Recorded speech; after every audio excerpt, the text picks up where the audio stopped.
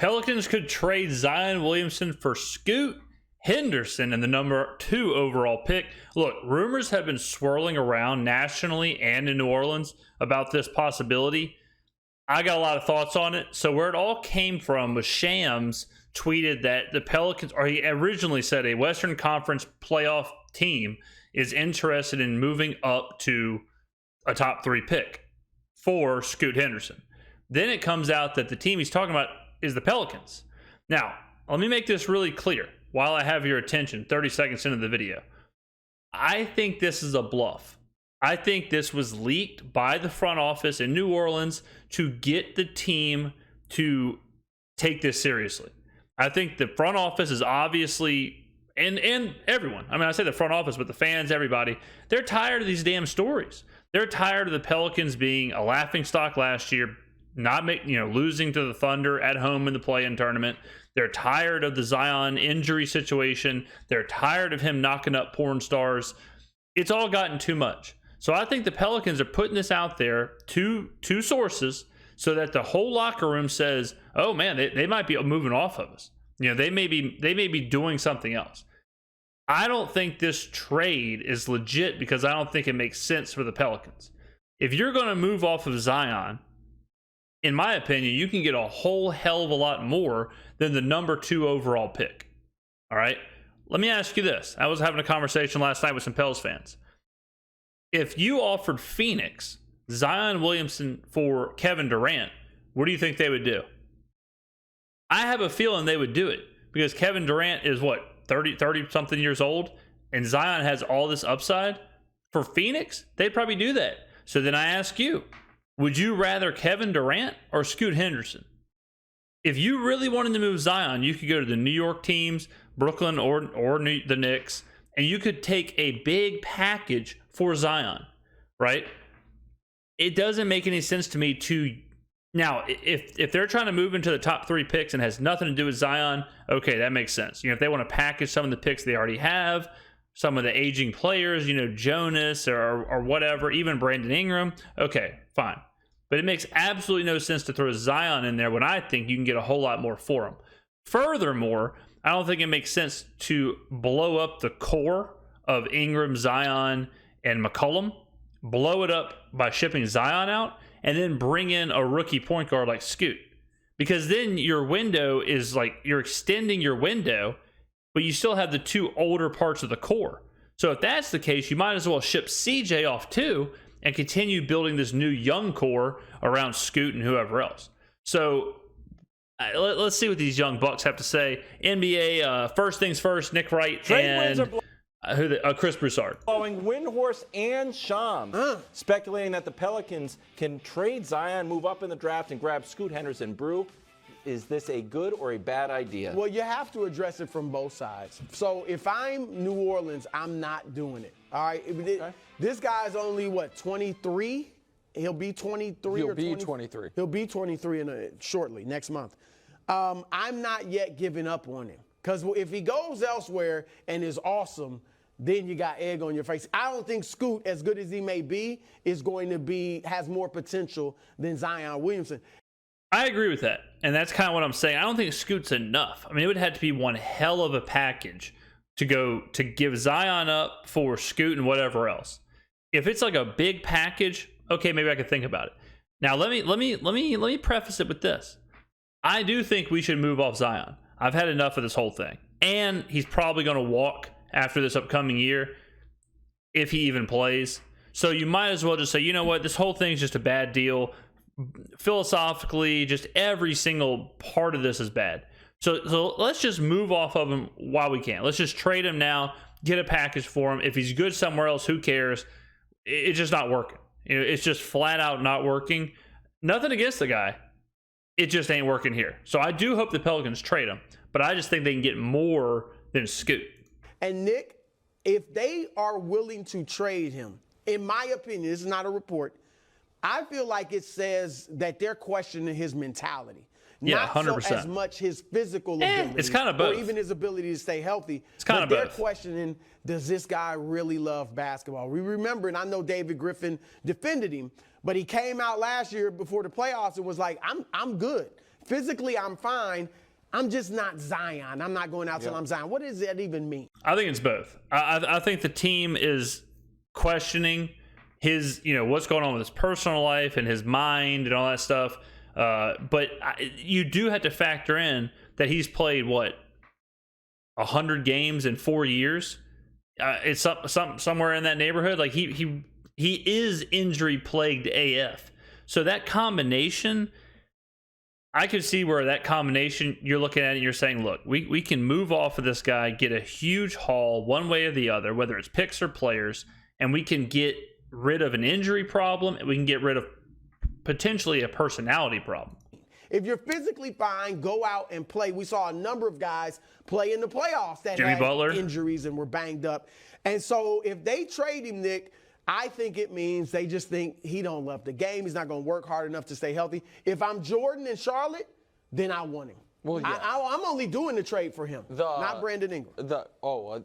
There's no chance. Now, it's Michael Jordan's management, so he could do something crazy. But it's just facts, guys. I'm a facts guy. You guys can be feelings guys. He hasn't had a great stewardship. He hasn't been Jerry West. No, he has not. I'm looking at this purely from New Orleans' perspective. You can't do it. And I love Scoot. And I think Scoot next year might have more instant impact than Wemby does. I'm not just because I think he will be NBA ready with that NBA body. And this is the kind of stuff that drives me crazy, man. Like they're saying the same thing, but they're totally missing the mark. Everyone is agreeing that the Pelicans should not trade it straight up 1v1 Zion for Scoot. This isn't NBA 2K. You got to look further into it. If the idea is that Charlotte is shopping the pick and New Orleans is shopping Zion, is there enough from Charlotte to make a package, including Scoot, that could lure Zion away from New Orleans? If not, if the Pelicans are shopping Zion, what else is out there? Who else could be involved? Damian Lillard's in Portland. Could Portland put together a package where they ship off Lillard and whatever else and they bring in Zion? What big market teams could do this? That's what they should be asking themselves. This is not a Zion for Scoot situation. All right. I want you to think about this in the comments. If you told San Antonio, we'll give you Zion straight up for the #1 overall pick, I'm not saying that San Antonio would do it, but they would think about it. When you have an unknown that is a draft pick, and you know how the NBA draft, there's busts all the time. When you have an unknown and you have a guy like Zion, who when he was drafted, he was basically, people were talking about him the same way they're talking about Wemby. That he was a generational guy, best pick since LeBron James. You heard the same stuff over and over and over again. All right. In the NBA, if you can get a sure thing or close enough to a sure thing, or at least a known thing, we shouldn't say sure. A known thing where you know what you could possibly be getting, a lot of teams want that. And play a lot more. So I love Scoot. There's been very few that age to come in. True. And so I'm saying my point is this is not about being like, the draft pick's not good enough. It's about what Zion has shown us, which is he is for his career 26 a night on 60%. Context for that. No one else is 15 a night on 60% in NBA history. He's 26 a night. As far as best seasons, we can show this. Who cares?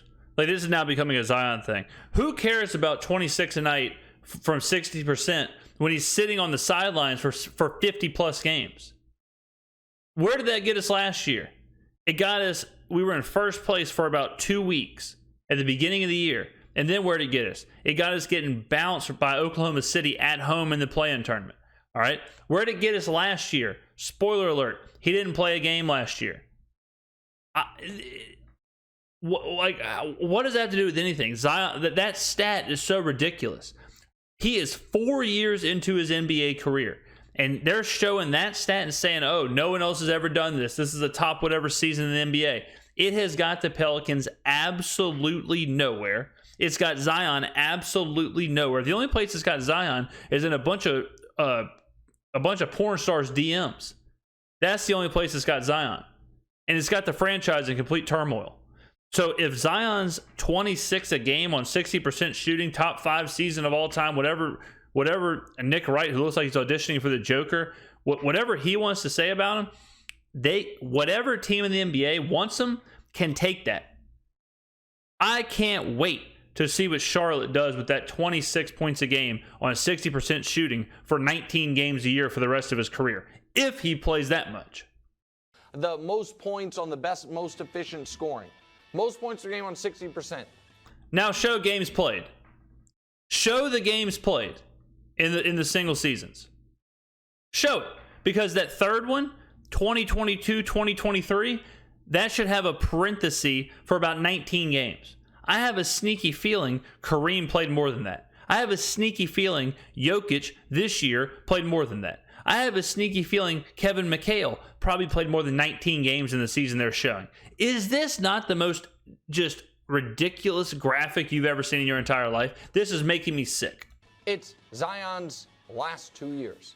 That's who he is. Now, the health concerns, obviously. The growing, I don't even think it's fair to call them off-court concerns, but call it off-court distractions and things he has to deal with. Oh. And Nick said this is Zion's last 2 years. As y'all can see here, ladies and gentlemen, this is 2020, 2021, 2022, 2023. Where is the 2021, 2022? Where is that, Nicholas? I'll tell you where. It would have 0.0 points per game and 0.0 field goal percentage because he didn't play a single second. So it's not his last 2 years. It's his last 3 years. And if you combine these 2 seasons, it's not a full season. All of that is a real thing that I don't think can be just dismissed. But he has been, when he's been on the court, the exact guy, Wilds, that you hoped he would be. Right. The game has translated perfectly. All right, so I think if we have Hubs, the Zion's availability, how many games he's played. Here we go. Perfect. So we've got, look at this. He's played 114 games in 4 years. Y'all can do the math. Let's just round up for the people in the back. That translates to about 30 games a year. That previous graph of all the best seasons or whatever, that doesn't matter at all if he's playing 30 games a year. If he has a 40-year career and he only plays 30 games a year at those numbers, 26 points and 60% field goal percentage, it doesn't matter at all. This is the issue. This graphic is the issue. On top of that, you should have played games, missed games, and porn stars impregnated while DMing other women to move into New Orleans. How many games he's missed? He has more porn stars impregnated and moving to New Orleans while he's DMing other girls to move to New Orleans than games played in 2021-22. Full screen. It's not good. So with that in the background, Brew, looking at it from Zion's perspective, I think he would benefit from a fresh start, both mentally, physically, and let's call it the relationship. Probably. Mentally, he's talked about the challenges that he's had. Yep. Which I agree with. He hasn't been able to get right. And again, those things aren't just siloed. I think those things can kind of mend into each other. In the relationships, I know you're talking about, we're not going to dive too much into it, but it feels like those relationships are unhealthy. Toxic. Are you talking about the porn stars? And if a fresh start, leave New Orleans, start fresh somewhere, new management, new teammates, new environment, just like any other one of your buddies. Yeah, send him to Los Angeles, see how he handles the Instagram thoughts. Send him to New York, see how he handles that. Send him to Miami. He'll do great down there. Look, I'm not saying this is who Zion is, but this is a character situation. It's nothing to do with the Pelicans, nothing to do with the game of basketball. All right? All we can talk about is the injuries and moving off of him, trading him away, shipping it. And I will say this, nothing against Zion as a person. He probably would do better in a fresh start because I will tell you, as I sit here 40 feet off of Canal Street in downtown New Orleans, every single person I talk to in this city, every Pelicans fan is sick and tired of this story. And they're sick and tired of every single year having to deal with Zion's injuries or some story with Zion. They're sick and tired of every week going by with another injury update, another update, no update, nothing here, and then watching them windmill dunk before playoff games. The relationship has soured. This among other relationships. This relationship is soured. It's time for both parties to move on, and if we can make a deal, go make a deal. But I hope we get a lot more than Scoot Henderson for it. Who was like 23 and like, man, this doesn't seem like it's going great for you. Maybe you should move to San Diego. All my buddies are like, I'm going to move to San Diego. And where is he from? He's from North Carolina. That doesn't always work out. You go back home. But I agree with that. From South Carolina, right? Am I wrong? He's from he's from South Carolina. Okay. But I think he may have grown up in South Carolina. But yeah, the area, the Carolinas. He did. He grew up in South Carolina because he wanted to play, I think, at Clemson. And then they talked him into going to Duke, and he didn't want to do that because it was too far away from his family. I tend to agree. The relationship stuff, look, he's in the NBA. That can happen wherever he's at. But his weight. The relationship happened on Instagram. The relationship didn't happen on Bourbon Street. It has nothing to do with New Orleans. He is locked in. He can get on his OnlyFans account from any NBA city in America. Heat is a problem. His being in shape is a problem. And New Orleans, obviously, with the food and everything, oh my I God. think that's a real.